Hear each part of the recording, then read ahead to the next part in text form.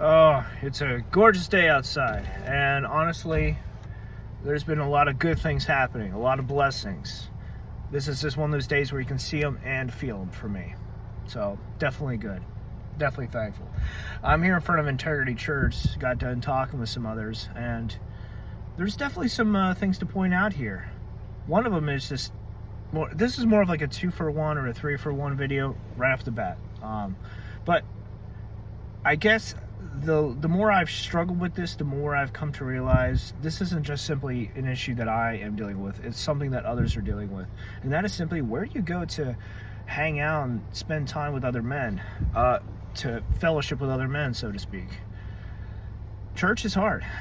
And as I've told some of the others, there is a Mormon church where I was invited to, and I did a video on it like a year ago, or a series of videos a year ago.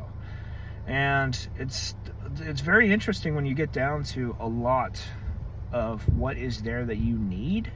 I'm keeping this strictly on needs. I'm staying away from the Mormon church as far as that, because there's a lot to say there. Now, what do you need as a man? What do you need as a woman? Men and women both watch this.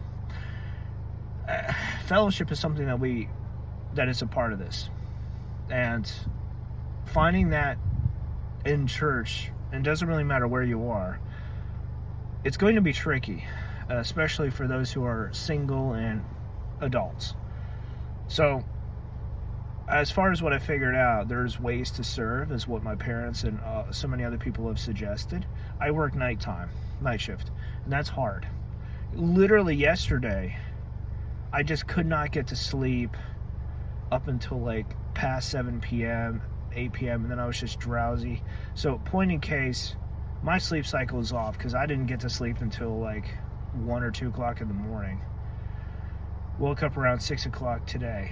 Never happened like that before. So, if you work odd hours, things that happen in the daytime could seriously complicate things. Now, for others, you just may not have the others that you can connect with that are in the same boat as you, that have the time to spend with you, talking, shooting the breeze, or whatever. This is something that I think it's easy to miss. Now, the other part is that I've noticed, and many others have noticed as well, it's harder as a guy to just simply go up and talk to single women, or just even women in general. It's a little bit easier for those who are married, who are cordial, especially for greeters, because that's kind of like their job. They just go up and they say hi, and they see how you're doing. They want to make sure that you're comfortable and that you'll keep coming back. But if there's not really a place for you, that's going to be challenging. So finding a place for you in church is one of those challenges that I wish there was a better answer for. With the Mormon church that I've been invited to, sometimes, depending upon the first, it's like the first and the last Sunday, I think. There's other Sundays too, but like the first and last, it's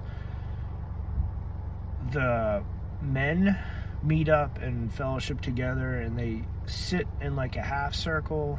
People like talk, there's stories, there's lots of different things that happen, but the end result is I can go up there and talk to other men. I can listen, and we can have conversations. But on those days where they're not there, it's basically like a classroom setting with men and women that are there. It is 10:15. Like, I'll probably head over there right now when I'm done here, see what's going on. But the fellowship actually is there. Obviously, you should be careful, and I say that with respect because time. You may not be at a place where you can reach out and talk to other fellow believers. And yes, there is a link here that I am working on trying to isolate. This is by a Catholic exorcist. He makes a very important comment that has stuck with me ever since I heard it when I was playing Diablo 2. Of course, I phrase it differently, but the point is still the same. There are more similarities between believers than there are differences. If you are set upon Jesus Christ, the same one in the Bible, that is the common point that all Christians share. That is the gateway to God. The divinity of Jesus also matters too. That may be harder for some people to grasp and to understand and to talk about, so just keeping it short to the person, the individual, the Son of God, Jesus, is all that's really needed there. Alright, the second part is, when it comes down to, well, this is the three things, not the two things. What is good? Now, this is more for fun, obviously, but, what is good? Good, God said creation was good. There was like two things that he said, and one of them was that creation was good. It's beautiful. Going out in nature and walking, spending time away from electronics, it's needed for our health, our mind.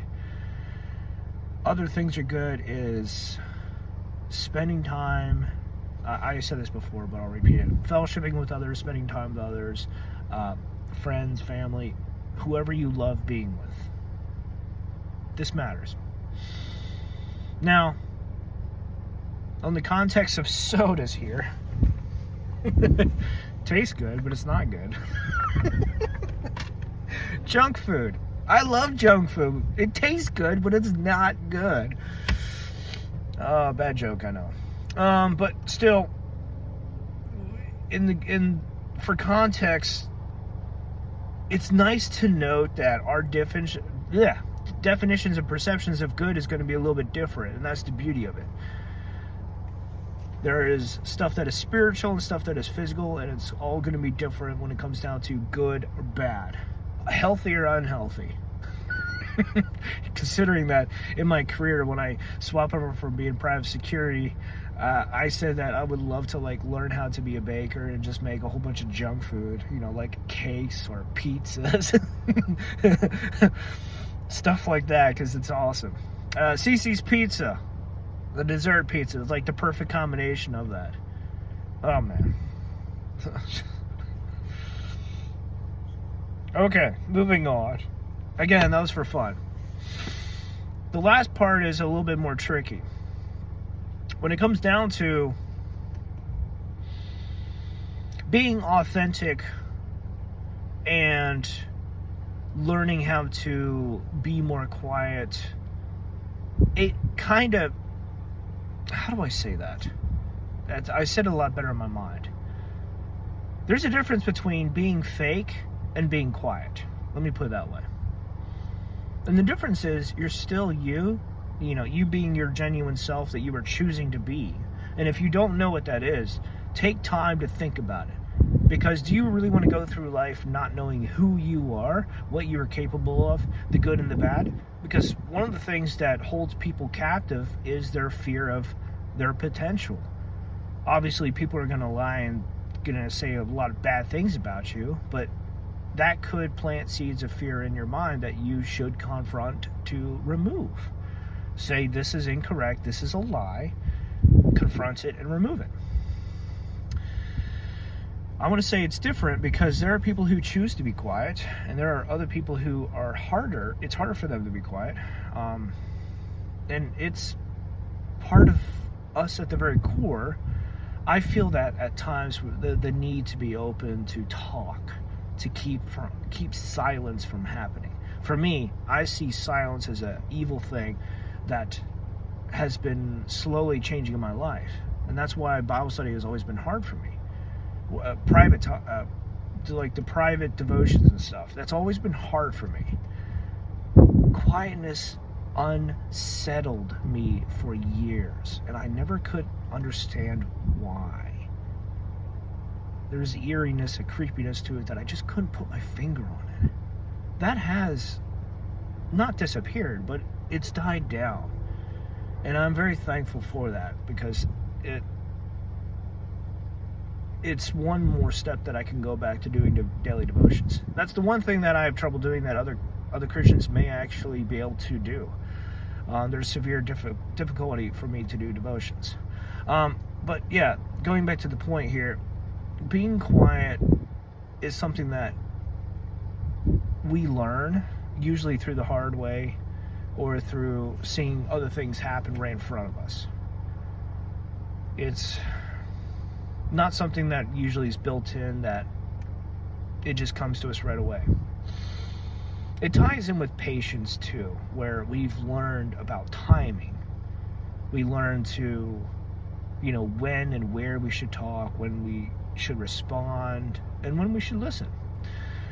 Being quiet is great in the sense that we're not going to go out of our way to go try to force anything, to present anything, to go beyond ourselves to try to interact with others. Like, we can respond, but we're not going to initiate much. And being fake, all of that,